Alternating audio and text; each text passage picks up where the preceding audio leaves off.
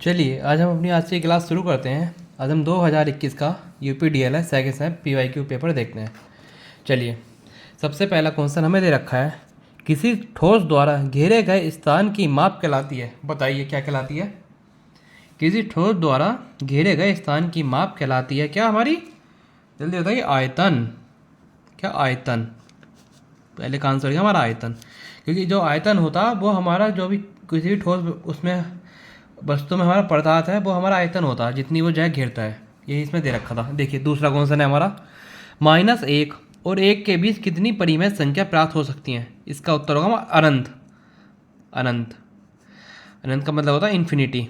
Infinity इसका sign होता है ये हमारा अनंत, क्योंकि इसके बीच में कोई गिनती ही नहीं है, हम कितनी भी परिमेय संख्या प्राप्त कर सकते हैं।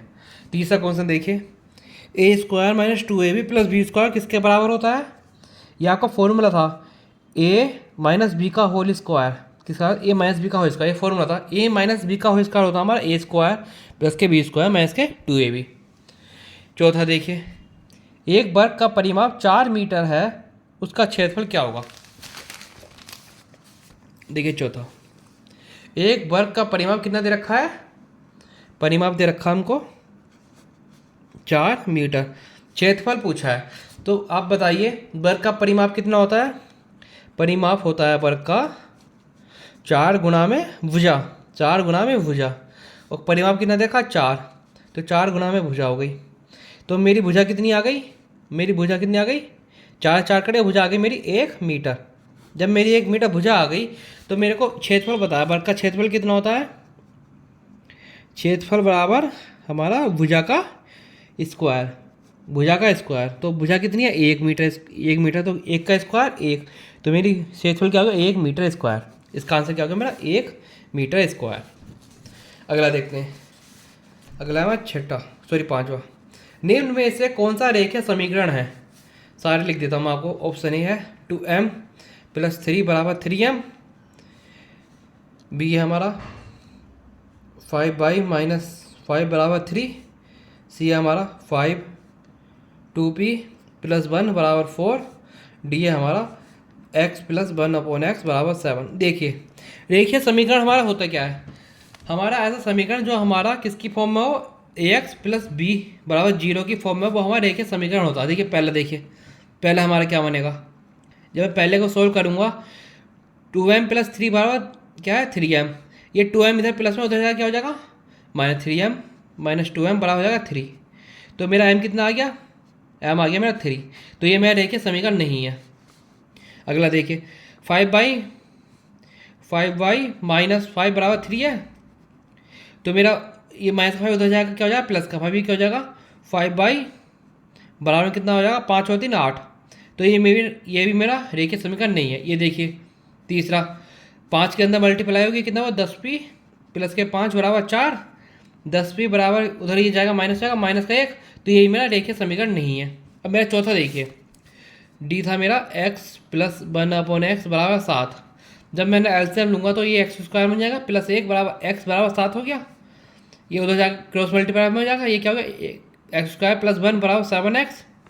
ये इधर आ जाएगा, x² - के 7x + के 1 = 0। देखिए ये मेरा रेखीय समीकरण है। ये x + b की फॉर्म में मेरा ये आ गया, x² - 7x + 1 = 0। तो ये मेरा आंसर क्या हो गया? Option number D. देखिए -4/5 को रेखा पर प्रदर्शित कीजिए। रेखा पर प्रदर्शित करना किसे? -4/5।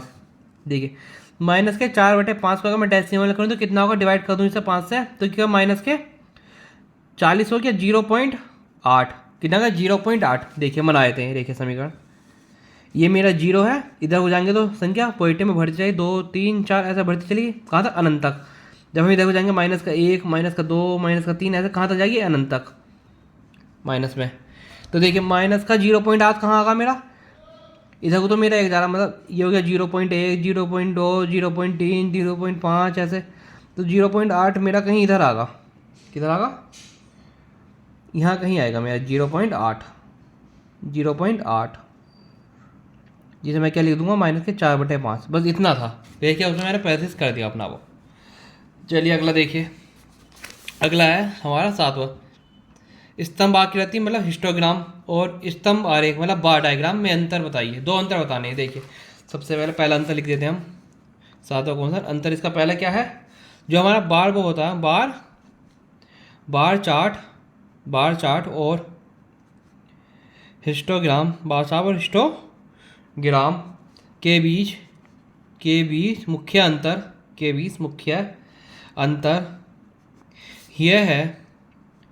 यह है कि बार चार्ट के बार एक दूसरे से बिल्कुल बगल में नहीं होते हैं। पहला अंतर तो हो गया। दूसरे क्या है, हिस्टोग्राम में पट्टियाँ एक दूसरे से सटी हुई होती हैं। देखिए दो अंतर थे। पहले क्या हो गया, बार चार्ट और हिस्टोग्राम के बीच मुख्य अंतर क्या हो गया कि बार जो चार्ट होता है वह एक दूसरे से बिल्कुल बगल में नहीं होता। मतलब जो बार चार्ट होता, मान लीजिए यही हमारा हो गया बार चार्ट, मैं आपको बना देता हूँ। ये ऐसे होता, बीच में बिल्कुल सटा हुआ नहीं होता। जो हमारा हिस्टोग्राम होता है वे बिल्कुल सटे हुए होते हैं। ये अंतर है इसका मुख्य, ये ऐसे सटे हुए होते हैं। चलिए अगला देखते हैं, आठवां दे रखा हमको। आठवां x² माइनस एक्स और क्या है x³ प्लस के x² प्लस एक्स का महासा ज्ञात करना, मतलब एचसीएफ ज्ञात करना किसका। देखिए आठवां x² माइनस एक्स और क्या है x³ प्लस x² प्लस है। देखिए कैसा होगा, पहले मैं किसका कहता हूँ x² माइनस एक्स में मैंने अगर x कॉमन ले लेता हूँ बाहर, अगर मैंने x² माइनस एक्स में से x कॉमन ले लिया तो मेरे अंदर क्या बचा x माइनस 1। दूसरा है मेरा x³ प्लस का x² प्लस का x में से अगर मैं पूरे में से x कॉमन ले लेता हूँ तो मेरे अंदर क्या बचेगा x² प्लस x प्लस 1।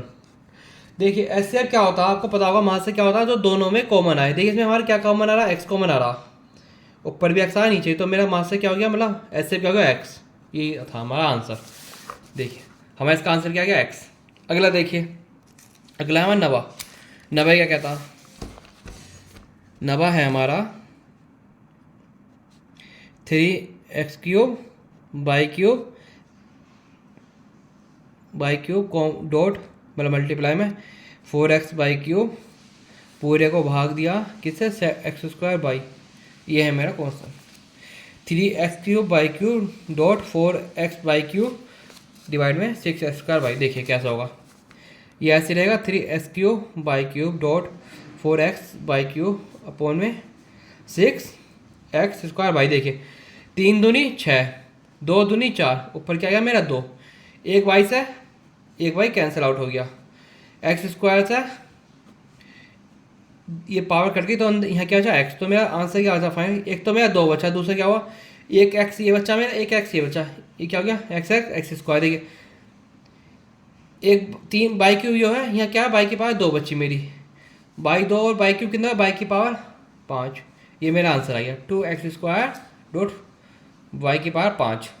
और हम इसे ऐसे भी कर सकते हैं, अगर आपको ऐसा समझ नहीं आ रहा आप इसे ऐसे भी कर सकते हैं। देखिए ये था आपका 3x³ dot बाई³ dot 4x/³ upon में 6x² बाई। देखिए अब मल्टीप्लाई कर लीजिए, ऊपर क्या है 3 4 12, x की पावर कितनी होगी 4, बाई की पावर कितनी होगी 6 अपॉन 6x² बाई। देखिए 6 से 1 कितनी बार 2 बार, तो ऊपर क्या होगा आपको पता होगा, जो भी ऊपर होता है भाग में होते हैं तो पावर क्या होती है ऊपर जाएगा माइनस। ये कितनी होगी 4 - 2 डॉट बाई 6 में से कितनी है 1 पावर, तो ये क्या बचा मेरा 2 x की पावर 2 बाई की पावर 5। जो आपको सही लगा आप वैसा कर लीजिएगा। चलिए अगला देखते हैं, अगला हमारा 10वां कहता है एक घनाभ का क्षेत्रफल 125 वर्ग मीटर है, यदि उसकी ऊंचाई 4.5 मीटर है तो उसका आयतन ज्ञात कीजिए। देखिए आसान है, कैसे होगा 10वां। देखिए एक घनाभ का क्षेत्रफल कितना है 125 वर्ग मीटर। सबसे पहले आप मुझे एक बात बताइए, घनाभ का क्षेत्रफल आपको पता होगा क्या होता है, घनाभ का क्षेत्रफल लंबाई गुणा में चौड़ाई। ये मुझे कितना दे दे 125 मीटर, और आयतन पूछा है। आयतन क्या होता है मेरा, आयतन होता है मेरा लंबाई गुणा में चौड़ाई गुणा में ऊंचाई। लंबाई गुणा चौड़ाई मतलब क्षेत्रफल में कितना दे रखा है, क्षेत्रफल दे रखा है 125, कितने देगा 125। और ऊंचाई में कितनी दे रखी है, ऊंचाई देखिए, ऊंचाई दे रखी है 4.5 मीटर, ऊंचाई कितनी 4.5 मीटर। चलिए कर देते हैं।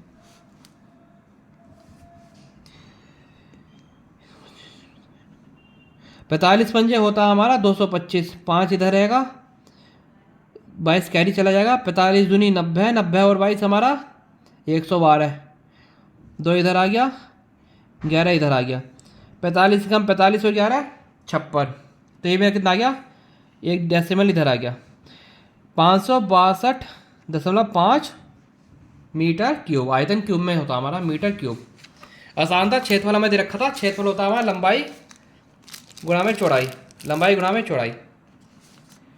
तो मैंने आयतन निकाली, लंबाई गुणा चौड़ाई गुणा ऊंचाई, फॉर्मूला होता लंबाई और चौड़ाई मेरी 125 है और ऊंचाई 4.5 है।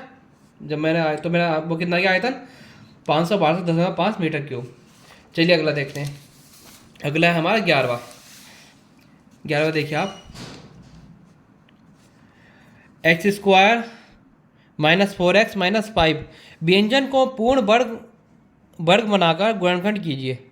देखिए सबसे पहले क्या करना है, जो हमें एक क्वेश्चन दे रखी है, ये दे रखा है 11वां, इसे क्या करना है, हमें पहले पूर्ण वर्ग बनाना, मतलब स्क्वायर के फॉर्म में बनाना, उसके बाद से गुणनखंड करने। ये है मेरी क्वेश्चन। देखिए आप जब ये क्वेश्चन देखेंगे आपको एक बात समझ में आई होगी, जब हम इसका वर्ग बनाएंगे मेरे को एक चीज़ समझ में आ रही है, ये पूर्ण वर्ग बनाने को मेरा क्या फॉर्मूला बनना, ये मेरा फॉर्मूला बनेगा a - b का होल स्क्वायर। इसका क्या होता है, a² + b² - 2ab।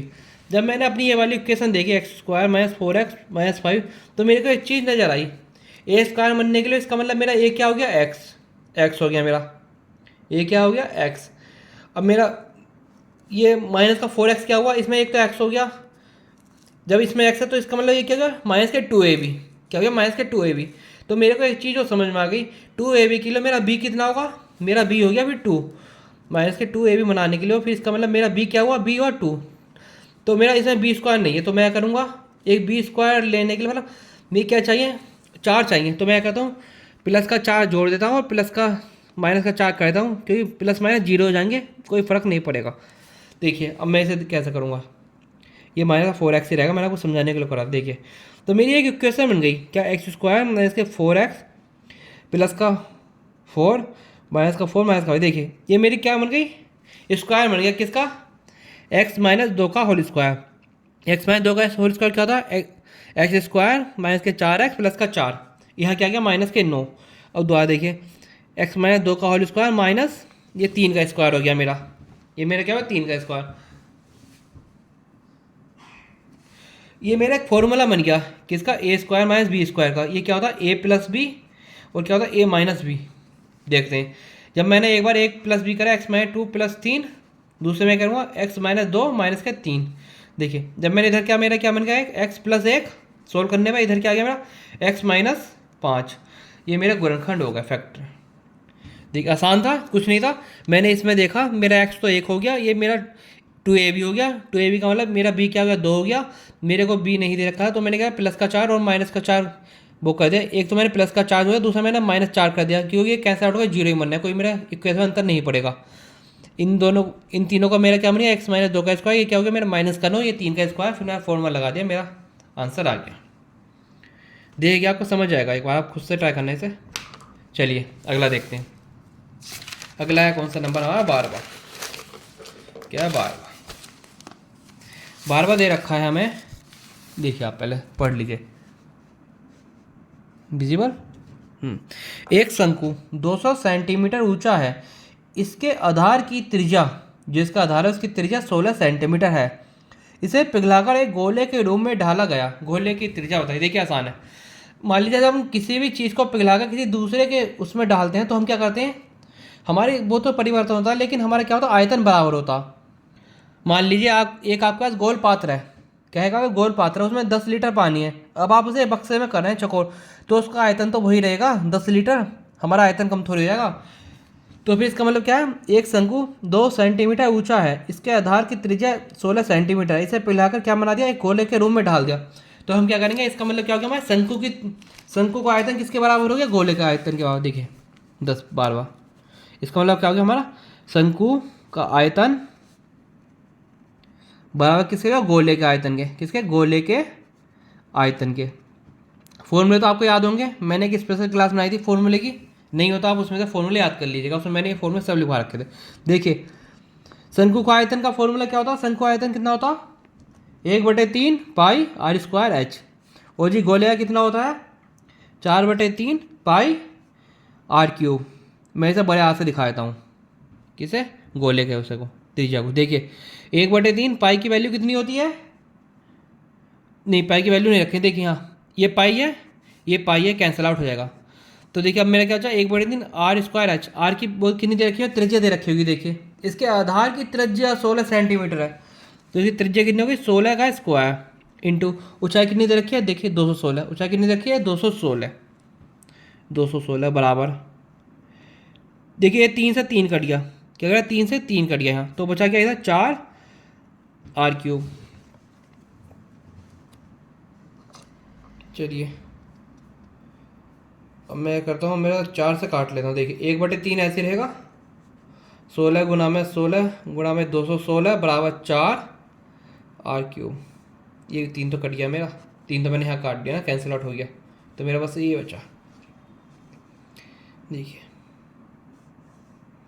4 से मैं इसे काट देता हूँ, आपको ये काट देता हूँ। देखिए 4 से 16 काट दिया मैंने, कितने का, 4 बार, तो यहाँ का बचा मेरा 4 गुना में 16 गुना में 216 बराबर हो गया मेरा आर क्यूब। तो मेरे से पूछा गया था गोले की त्रिज्या ज्ञात कीजिए, तो गोले की त्रिज्या कितनी होगी मेरी, आर क्या हो गया, 4 गुना में 16 गुना में 216। आपको एक बात पता होगा, ये क्या होता, 64, 16 चौका 64, 64 किसका क्यूब होता, 4 का, 4 इसमें से बाहर आ गया, और जी इसमें से क्या आएगा, 216 किसका होता, 6 का क्यूब होता, 6 छंग 36, 36 छंग 216, देखिए 6 का वो होता, तो इसमें से बाहर क्या आएगा, 6, तो मेरा बाहर क्या आएगा, 4 गुना में 6 कितना है, 24, 24 का आ गया मेरी सेंटीमीटर त्रिज्या आ गई गोले की।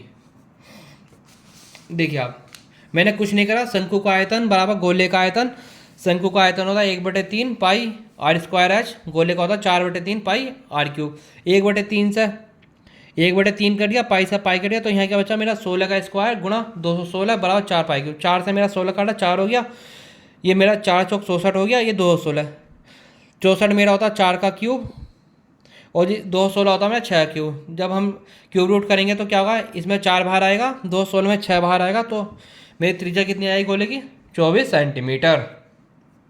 चलिए समझ आएगा आपको, उम्मीद करता हूँ। चलिए अगला देखते हैं, अगला हमारा कौन सा नंबर, 13वां।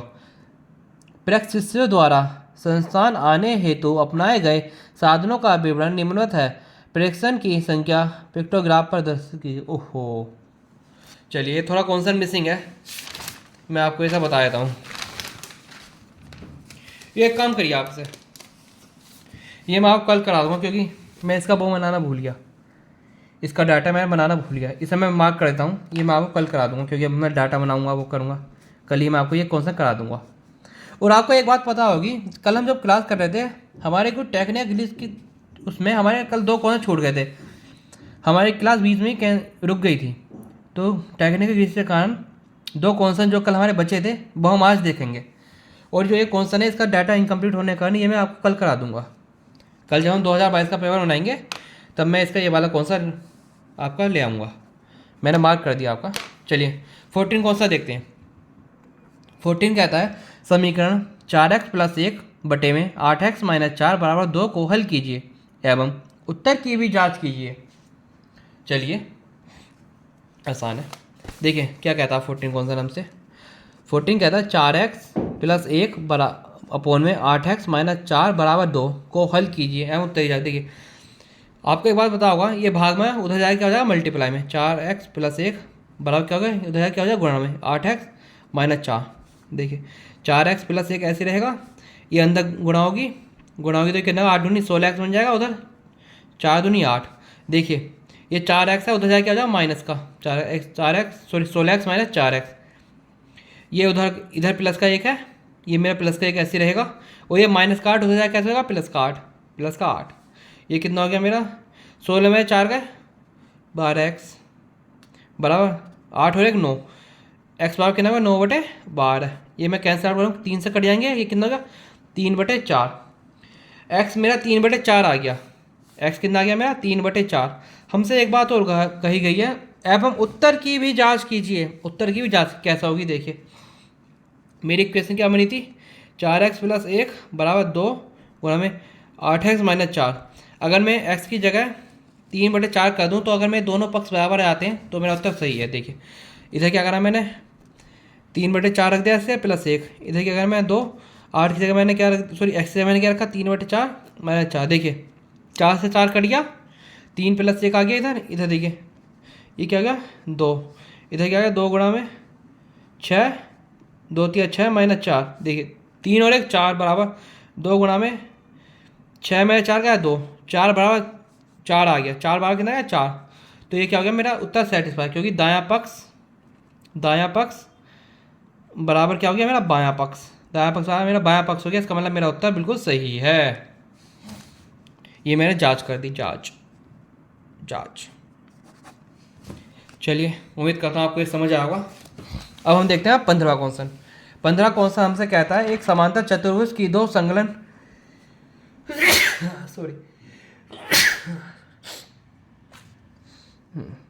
एक समांतर चतुर्भुज की दो संलग्न भुजाएं क्रमशः 6 सेंटीमीटर और 10 सेंटीमीटर हैं तथा उसका विकर्ण 8 सेंटीमीटर है। समांतर चतुर्भुज का क्षेत्रफल ज्ञात कीजिए। देखिए आसान है, कैसे होगा ध्यान देना, मैं आपको अच्छे से समझा देता हूँ डायग्राम बना के। देखिए एक समांतर चतुर्भुज होता है आपका ये पैराग्राम, ये आपका एक समांतर चतुर्भुज, ठीक है। उसमें क्या क्या दे दिया हमें, क्रमशः इतना मतलब इसकी जो वो है लंबाई है वो तो दे दी हमें 6, उसकी चौड़ाई दे दी 10 सेंटीमीटर, ठीक है। ये भी 10 हो गई, ये भी 6 हो गई। मैं इसको नाम दे देता हूँ, मैं इसको ABCD पैराग्राम में नाम दे दिए। और क्या दिया, तथा उसका विकर्ण 8 सेंटीमीटर है। विकर्ण क्या हो गया, ऐसी छड़ जो सबसे लंबी छड़ जो इसमें आ सके, ये हो गया मेरा विकर्ण, सबसे लंबी वो होती है विकर्ण। ये कितना दे रखा है मेरे को 8 सेंटीमीटर, ठीक है। चलिए तो मुझे इसका क्षेत्रफल बताना, किसका पूरे का, मतलब चतुर्भुज का हमारा क्या बताना मेरे को, इसका पूरे का क्षेत्रफल बताना। तो क्षेत्रफल के लिए मैं करूँगा, देखिए अगर मैं किसी भी एक ट्रायंगल का, या तो मैं इसका या इसका एक का क्षेत्रफल निकाल लूँ, फिर मैं 2 से गुणा कर दूँ, तो मेरे पूरे का इसका क्षेत्रफल आ जाएगा। क्योंकि जो हमारा ये पैराग्राम है हमारा 2 त्रिभुज में बट गया, 2 त्रिभुज में बटा हुआ, त्रिभुज ABD और त्रिभुज BCD, इनमें से मैं किसी एक का भी क्षेत्रफल निकाल के 2 से गुणा करूँ तो मेरे पूरे का क्षेत्रफल आ जाएगा। चलिए करते हैं, देखिए मैं लिख देता हूँ समांतर चतुर्भुज का क्षेत्रफल क्या होगा, चतुर्भुज का क्षेत्रफल कितना होगा बच्चों बताओ, 2 ट्रायंगल 2 गुणा में ट्रायंगल कितना BCD। अगर मैं इसका क्षेत्रफल निकाल दूं फिर मैं 2 से गुणा कर दूं तो ये मेरा पूरे समांतर चतुर्भुज मेरा क्या क्षेत्रफल आ जाएगा, BCD का क्षेत्रफल। ये मैंने कहा आपसे। तो इसके लिए देखिए मेरी तीनों क्या भुजा अलग अलग है, ये 6 है, ये 10 है, ये 8 है। तो इसके लिए मैंने आपको वो बताया था, इसका वो कैसे निकालते हैं क्षेत्रफल निकालने से पहले हमें अर्थ परिमाप निकालना पड़ेगा। वो क्या होता A + B + C/2। A कितना है 6, B कितना है 10, C कितना है 8/2।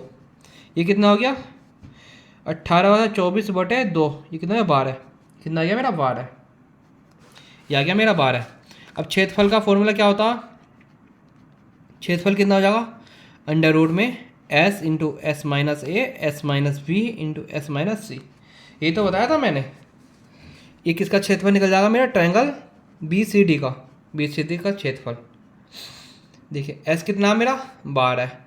अब क्या करूँ 12 - 6 12 - 10 12 - 8। देखिए अंडर रूट 12 ऐसे रहेगा, ये मेरा 12 में 6 गया कितना 6, और 12 में 10 गया कितना 2, और ये 12 में 8 गया मेरा कितना 4, मेरा क्या 4।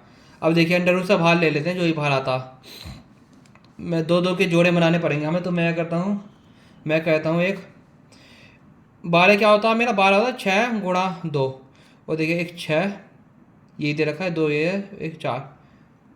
अब ध्यान देना, इन दो में से ये बाहर आ गया, इन दोनों में से क्या बाहर है, 6 बाहर आ गया, इन दोनों में से क्या बाहर आ गया, एक पेड़ बाहर आ गया, 2। 4 किसका अंडर रूट था, 2 का, 2। तो मेरा क्षेत्रफल कितना आ गया, क्षेत्रफल मेरा आ गया कितना, 6 गुणा 2, 12 दूनी 24। मेरा क्षेत्रफल आ गया 24 सेंटीमीटर। मेरे से पूछेगा समांतर चतुर्भुज का क्षेत्रफल, तो समान पूरे का क्षेत्रफल क्या हो गया, मैंने ऊपर लिखा था आपको, समांतर चतुर्भुज का क्षेत्रफल कितना था मेरा, 2 गुणा में ट्रायंगल BCD का क्षेत्रफल, 2 गुणा में 24 कितना गया मेरा, 48 सेंटीमीटर स्क्वायर। आसान था, कुछ नहीं था। देखिए ये मेरा पूरे इसका क्षेत्रफल निकल आया जब मैंने 2 से गुणा कर दी। देखिए आप, आपको समझ आएगा, नहीं समझ में आएगा कमेंट कर दीजिएगा, हम आपको दोबारा समझा देंगे।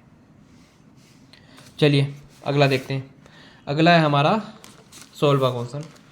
यह कहता 16वां, देखिए ये हमारा x प्लस 4y का whole cube minus x minus 4y का होल क्यूब को सरल कीजिए। देखिए ये मेरा क्यूब का फॉर्मूला कौन सा, a cube minus B cube. मैं लिख देता हूँ, a cube minus B cube का फॉर्मूला क्या था बच्चों, मैंने बताया था आपको, a माइनस बी क्या होता था, a माइनस बी ब्रैकेट में a square plus A B plus plus क्या था हमारा, बी स्क्वायर। ये मैंने आपको बताया था, a minus B A square plus B square, sorry plus B square plus A B. देखिए चलिए करते हैं, a की जगह क्या आगा मेरा, x प्लस 4y, और b की जगह क्या आगा, x माइनस 4y। चलिए रखते हैं, a क्या होगा, x प्लस 4y, b क्या हो गया मेरा, x माइनस क्या 4y, x माइनस क्या 4y, x minus 4y b हो गया मेरा। और इधर ब्रैकेट में क्या होगा, मैं a स्क्वायर मतलब x प्लस 4y का whole square plus A B क्या हो गया, x प्लस 4y, और क्या हो गया x माइनस 4y, और b कितना हो गया, b इसका कितना हो गया, x माइनस 4y का होल स्क्वायर ब्रैकेट में। देखिए आप ध्यान देना, x प्लस 4y ब्रैकेट खुलेगा, माइनस अंदर मल्टा माइनस प्लस के 4y, ये हो गया मेरा पहला ब्रैकेट बंद। दूसरा ये क्या हो गया मेरा, a प्लस बी का होल स्क्वायर कितना होता है, a square plus B square plus के 2ab, यही होता है। देखिए जब हम इसका गुणा करेंगे, x प्लस 4y और x माइनस 4y, ये क्या होता है मेरा, एक्स स्क्वायर माइनस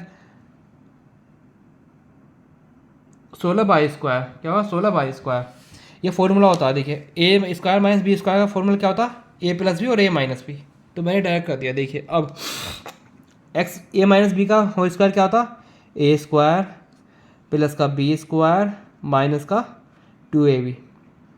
देखिए आप कुछ कट रहा है, देखिए ए प्लस के एक्स का माइनस का एक्स कट गया। अब आप यहाँ देखिए, ये माइनस के 16 स्क्वायर, ये प्लस का 16 से कट गया। देखिए माइनस के एक्स वाई 8xy प्लस के 8xy, ये कट गया मेरा। और इसके अलावा कुछ कट रहा जी नहीं, ये मेरा बच गया जो बचा। देखिए अब पहले बाय ब्रैकेट में मेरा क्या बचा, 8y बचा। अंदर क्या बचा, देखिए एक्स स्क्वायर एक है, एक ही है, एक ही है, कितना बच गया 3x स्क्वायर, और क्या बचा इसमें मेरा प्लस के 16y स्क्वायर। जब मैं 8 के अंदर गुणा करूँगा, 8 या 24 एक्स स्क्वायर बाई, और 16 अट्ठे 128, 16 अट्ठे 128 22 क्यूब, स्क्वायर एक बाई बाहर है बाई क्यूब। ये मेरा कितना, ये मेरा आंसर आ गया,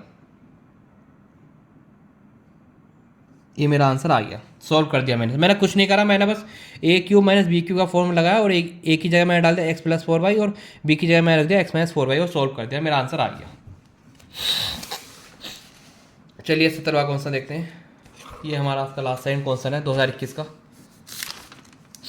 देखिए 17वां हमारा x गुणा में, मैं लिख देता हूँ आपको, 17वां हमारा x गुणा में y प्लस जेड बराबर x गुणा वाई प्लस x गुणा जेड को सत्यापित कीजिए, जहाँ x बराबर 2/7, y बराबर 9/2 और जी z बराबर 2/3 है। चलिए करते हैं कैसे होगा। सत्यापित करना तो इसका मतलब क्या होगा, मेरे दोनों पक्ष बराबर आने चाहिए। चलिए मैं इसमें क्या डालूंगा, एक्स की जगह एक्स की वैल्यू डाल दूंगा, बाई की जगह बाई की डाल दूंगा, जेड की जगह जेड की। ये है मेरा क्वेश्चन। देखिए एस क्या दे रखा है मेरे को 2/7, गुणा में बाई कितना दे रखा 9/2 और जेड कितना दे रखा मेरे को 2/3 बराबर एक्स कितना दे रखा 2/7 गुणा में बाई कितना दे रखा 9/2 प्लस दोनों के बीच प्लस है बच्चों ध्यान रखना। और जी एक्स कितना दे रखा 2/7 जेड कितना दे रखा 2/3। चलिए सॉल्व करते हैं। जब मैंने इसे देखा ये मेरा 3 बार कट गया, सॉरी ये नहीं कटेगा, ये प्लस है मल्टीप्लाई नहीं है, ये ऐसे रहेगा। हम क्या करेंगे एलसीएम ले लेंगे 2/7 इंटू एलसीएम ले लेते हैं। 3 और 2 का एलसीएम कितना हो 6, 2 तिया 6 तो 3 हम 27 प्लस 3 दूनी 6 ये हो गया 4 बराबर ये देखिए मल्टीप्लाई में कट जाएगा। यहाँ क्या बचेगा इस बारे में 9/7 प्लस यहाँ क्या बचेगा हमारा कुछ नहीं बचेगा, 4 हो गया, ये 7 या 21 हो गया, 7 या 21। अब देखिए 2/7 गुणा में 7 और 4 कितना होता है 31/6 बराबर इसका एलसीएम तो 21 ही आएगा। एलसीएम कितना आएगा 21 ही रहेगा। तो 7 या 21 9 या 27 प्लस ये 4 ऐसे रहेगा। ये कितना आ गया मेरा, ये देखिए 2 तिया 6 तो यहाँ पर क्या आ गया 31, नीचे गया 7 या 21, यहाँ कितना आ गया मेरा 27 और 4 31/21। ये मेरा सत्यापित हो गया। कैसे दायां पक्ष बराबर हो गया मेरे किसका बायां पक्ष, दायां पक्ष आ बायां पक्ष, ये मेरा सत्यापित हो गया। मैं यही बोला था ये सत्यापित कीजिए। देखिए ये मेरे को इक्वेशन दे रखी थी को सत्यापित कीजिए जहाँ x बराबर 2/7 y बराबर 9/3 z बराबर 3/4, ये मेरा सत्यापित हो गया। चलिए अगला कौन सा देखते हैं। त्रिभुज के संदर्भ में सर्वांग समता की विभिन्न शर्तें को संक्षेप में वर्णन कीजिए। क्या करना है, सर्वांग समता की शर्तें वो करनी है, समझानी है। देखो मैं आपको सीधा सीधा समझा दूँ कि मैंने ये पहले कई बार आपको समझा चुका हूँ। इसकी 4 शर्तें होती हैं सर्वांग समता की। कितनी शर्तें होती हैं 4 शर्तें, 4 शर्तें। सबसे पहली शर्त होती है मेरी साइड साइड साइड साइड, मतलब भुजा भुजा भुजा। मैं आपको ये पढ़ के सुना देता हूँ, आप खुद कर लीजिएगा। इसमें क्या होता है देखिए, यदि 2 त्रिभुज मान लीजिए 2 त्रिभुज हैं, 2 त्रिभुज हैं, यदि 2 त्रिभुज की संगत भुजाएं की लंबाई आपस में बराबर हो तो दोनों त्रिभुज की सर्वांग सम होंगे। मतलब मान लीजिए इनकी क्या है, 2 वो हैं, मान लीजिए 5 है, ये 3 है, ये 3 है, मतलब कुछ भी है, ये बराबर है, ये इस ट्रेंगल के इसके मतलब ये सब बराबर है आपस में। तो ये क्या होगा साइड साइड साइड, ये हमारा सर्वांग सम होगा। पहली कंडीशन तो इसकी ये रही। दूसरी कंडीशन होती है इसकी साइड एंगल साइड। क्या हो गया साइड एंगल साइड, मतलब भुजा कोण भुजा। इसमें क्या होता, यदि एक त्रिभुज की 2 भुजाएं और उनके बीच का कोण दूसरी त्रिभुज की 2 संगत भुजाएं और उनके बीच के कोण के बराबर हो तो दोनों त्रिभुज सर्वांग सम होंगे। देखिए मान लीजिए ये हमारा एक ट्रायंगल है, ये हमारा दूसरा ट्रायंगल है। अगर ये वाली साइड बराबर है तो इनके बीच का ये वाला एंगल बराबर होगा। इसमें भी ये वाली साइड बराबर है तो इसके बीच का एंगल बराबर होगा। ये दोनों कंडीशन सेटिस्फाई कर रही है तो क्या होगा, ये हमारा दोनों त्रिभुज क्या होंगे सर्वांग सम होंगे। तीसरी कंडीशन होती है हमारी शर्त ए एस से, मतलब एंगल साइड एंगल, मतलब कोण भुजा कोण। इसमें क्या होता है आप ध्यान सुनना, यदि एक त्रिभुज के 2 कोण और उन दोनों कोणों के बीच की सम्मिलित भुजा दूसरे त्रिभुज के 2 संगत कोण और उनके सम्मिलित भुजा के बराबर हो तो दोनों त्रिभुज क्या होंगे हमारा सर्वांग सम होंगे। देखिए मान लीजिए ये मेरा ट्रायंगल है, ये दोनों मेरे कोण बराबर हैं, इसमें भी ये ट्रायंगल है, ये दोनों कोण बराबर हैं तो इसकी ये वाली भुजा भी बराबर होगी और फिर इसका मतलब है ये भी हमारा सर्वांग सम होगा। चौथी शर्त और आखिरी शर्त, 4 शर्तें ये हमारी आखिरी शर्त है। ये हमारी एंगल साइड, मतलब एंगल साइड, हिंदी में हम इसे लिखें कोण कोण भुजा। ध्यान सुनना ही साहब, यदि एक त्रिभुज के 2 कोण दूसरे त्रिभुज के 2 संगत कोण, एक त्रिभुज के 2 कोण दूसरे त्रिभुज के 2 संगत कोण और उन दोनों के बीच की भुजा के अलावा कोई एक भुजा भी बराबर हो तो दोनों त्रिभुज क्या होंगे सर्वांग सम होंगे। देखिए मान लीजिए ट्रायंगल है हमारा, ये 2 कोण बराबर हैं, ये 2 कोण बराबर हैं, ये तो है ही बराबर। अगर इनमें से कोई एक भी, अगर ये बराबर होगी या एक बराबर होगी, कोई भी एक भुजा बराबर होगी तो ये हमारा क्या होगा, सर्वांग सम होंगे। ये हो गई हमारी शर्तें। अब ध्यान देना, अब कल हमारे 2 क्वेश्चन बच गए थे किसी टेक्निकल एरर के कारण, ग्लिच के कारण। भाई हमारे क्वेश्चन थे ये, एक तो 17वां था, हम 17वां क्वेश्चन कर रहे थे तभी हमारा क्लास कैंसिल हो गई थी पता नहीं किस से। चलिए तो हम 17वां क्वेश्चन दोबारा देख लेते हैं। 17वां और 18वां क्वेश्चन था हमारा। देखिए 17वां क्वेश्चन क्या कह रहा। 17वां, निम्नलिखित संख्याओं की बारंबारता सारणी बनाइए। मैं पहले लिख देता हूँ क्या क्या दे रखा। 16, 15, 16, 12, 13, 15, 14, 16, 13, 15, 12, 15। देखिए सबसे पहले हम क्या करेंगे, बारंबार सारणी बनाने के लिए सबसे पहले हम क्या करेंगे, आरोही क्रम में कर देंगे। किस में करेंगे, आरोही क्रम में। आरोही क्रम में, आरोही क्रम में छोटे से बड़ा। देखिए सबसे छोटा क्या दे रखा है इसमें, 12। 12 कितने बार दे रखा, 12। देखिए एक बार ये है और ये एक बार है, 2 बार 12 है। उसके बाद क्या दे रखा, 13। 13 देखिए कितने बार देखा, एक 13 ये रहा, दूसरा 13 ये रहा। 13 2 बार है, 13 2 बार है। फिर उसके बाद हम देखेंगे 14। 14 कितने बार है, देखिए 14 बस एक ही बार है तो 14। फिर देखेंगे हम 15। 15 कितने बार है, एक 15 ये रहा, दूसरा ये रहा, तीसरा 15 ये रहा, चौथा 15 मतलब 4 बार है। 15 15 15 15 15 4 बार। उसके बाद हम देखेंगे 16 कितने बार है, एक 16, 2 16 और जी 3 16, 3 बार है। 16 16 16। मैं इसे एक बार गिन लेता हूँ, 1 2 3 4 5 6 7 8 9 10 11। वैसे ही है मेरा। देखिए बारंबारता क्या होती है, बारंबारता कुछ नहीं होता, बारंबारता होती है हमारी रिपीटेशन। कौन संख्या कितनी बार रिपीट कर रही है, मैं बना देता हूँ सारणी आसानी से।